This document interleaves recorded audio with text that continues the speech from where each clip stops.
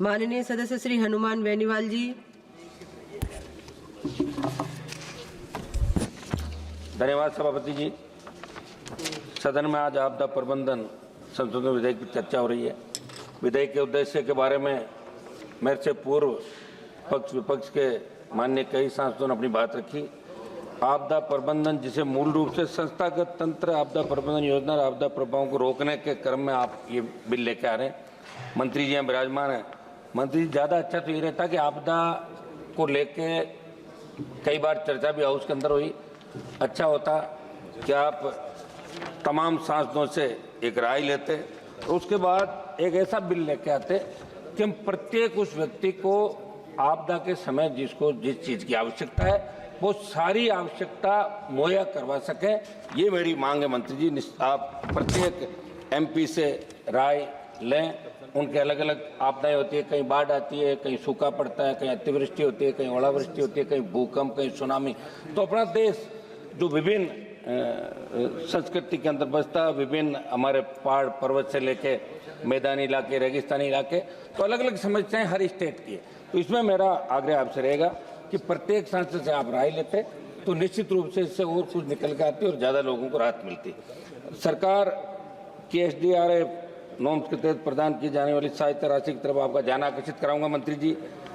मैदानी इलाकों में 1,20,000 रुपये जब मकान नष्ट हो जाता है, पहाड़ी इलाकों में 1,30,000 की सहायता राशि है।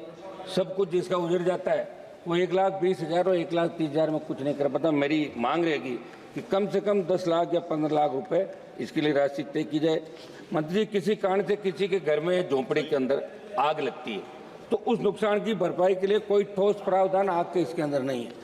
कोई व्यक्ति अगर अपने बच्चों की शादी करने के लिए वो इकट्ठा करता है, सामान उधार लेके आता है, उसका सोना चांदी पैसा जो होता है, और उसमें अगर सपोज करो कि आग लग जाए तो उसमें सरकार की तरफ से कुछ भी नहीं मिलता। तो इनको भी इसके अंदर सम्मिलित किया जाए। मैं ये भी कहूँगा किसान अपनी उपज को स्टोर करने के लिए, जिसको अपन खलिहान बोलते हैं, उस खलिहान के अंदर अगर आग लग जाती है तो उसको भी आपदा के अंदर नहीं लिया गया। भी मांग रहेगी कि इसको भी इसके अंदर लिया जाए।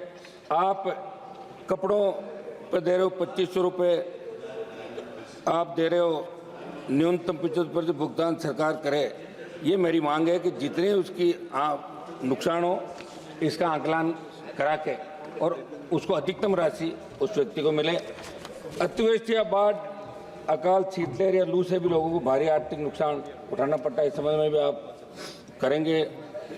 सांसद कोष और विधायक कोष से भी ऐसी परिस्थिति में जहां किसी भी प्राकृतिक आपदा से लोगों को नुकसान हुआ हो। वैसे सांसद कोष बहुत कम है, 5 करोड़ है। हमारा राजस्थान का तो एक विधायक को 5-5 करोड़ रुपये 8 कॉन्स्टिट्यूंसी में हम आते चुन के, तो कम से कम सांसद का कोष बढ़ाते हुए अभी उत्तर प्रदेश से हमारे आने वाले माननीय सांसद ने कहा कि बाढ़ जहाँ जाती है या कोई प्राकृतिक आपदा आती है तो उस समय आवश्यकता होती है कि उसे तुरंत हम क्या सहायता दें। तो उसको जैसे स्कूल के अंदर या कोई जो सरकारी भवन होता है उसमें खाने पीने की व्यवस्था, दवाई की व्यवस्था, या अपन उसके लिए लगाएं रेन जो रेन बसेरा उसका करें, वर्षा को रोक सकें और तुरंत हम सहायता क्या दें। तो ऐसी सहायता के लिए सांसद कोष को बढ़ाते हुए सांसदों को ये आप अधिकार दें कि सांसद प्राकृतिक आपदा के समय कुछ मदद कर सकें।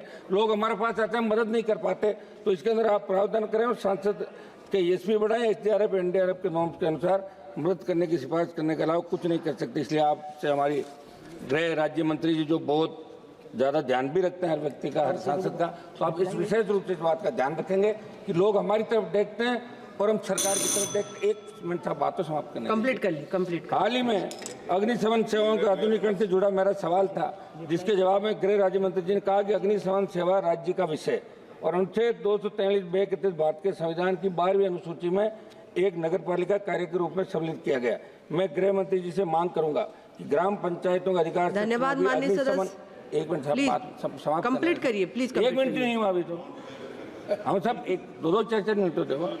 अग्निशमन सेवाओं को अनिवार्य करने का प्रावधान बनाया जाए। चूंकि 15वें वित्त आयोग द्वारा राज्यों में अग्निशमन सेवाओं के अर्जुन के लिए 5,000 करोड़ के प्रावधान की सिफारिश की गई, लेकिन गांव में अग्निशमन की आवश्यक जरूरत है। इसमें आप जो भी उपखंड और पंचायत समिति मुख्यालय नगर क्षेत्र नहीं है, प्रारंभिक तौर पर वहाँ आप अग्निशमन को अनिवार्य करने का प्रावधान तत्काल करने की आवश्यकता। सभापति जी, हमारे 1-2 महत्वपूर्ण सुझाव है, अगर आप कहें तो मैं दे दूँ। आप कहें तो बैठ जाओ, आप बताएं। आपने दिया टाइम लोगों को साथ कंप्लीट करिए। आपदाओं की पूर्व चेतावनी प्रणाली को मजबूत किया जाए। ताप, लहरों, बाढ़, सूखे जैसी आपदाओं का सटीक पूर्वानुमान लगाने का आधुनिक तकनीक का उपयोग किया जाए। वन क्षेत्र बढ़ाने के लिए योजनाएं लागू की जाए। औद्योगिक प्रदूषण को रोकने के लिए सख्त कानून बनाए जाए। आपदा के बाद राहत कार्यों को तेज और व्यवस्थित किया जाए। प्रभावित क्षेत्रों पुनर्वास और रोजगार की व्यवस्था की जाए। राजस्थान के अंदर अभी हमारे खेजड़ी का वृक्ष है। चलिए, धन्यवाद जिसकी धन्यवाद। एक लास्ट समाप्त कर रहा हूं साहब, लास्ट।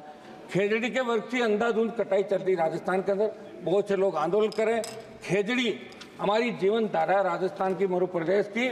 और आप सोलर ला रहे हो, नए उद्योग ला रहे हो, लेकिन खेजड़ी के वृक्ष को नहीं काटा जाए। वो छाया के साथ साथ लोगों को रोजगार भी देता है। जो सब्जी होती है सांगरी की, वो वर्ल्ड फेमस सारी माननीय सदस्य श्री अरुण नेहरू जी, इन चीजों का विशेष रूप से ध्यान रखते हुए इसमें बड़े संशोधन आप लोग करें। मैडम, धन्यवाद धन्यवाद। माननीय सदस्य madam, Arun Nehru ji. Thank you.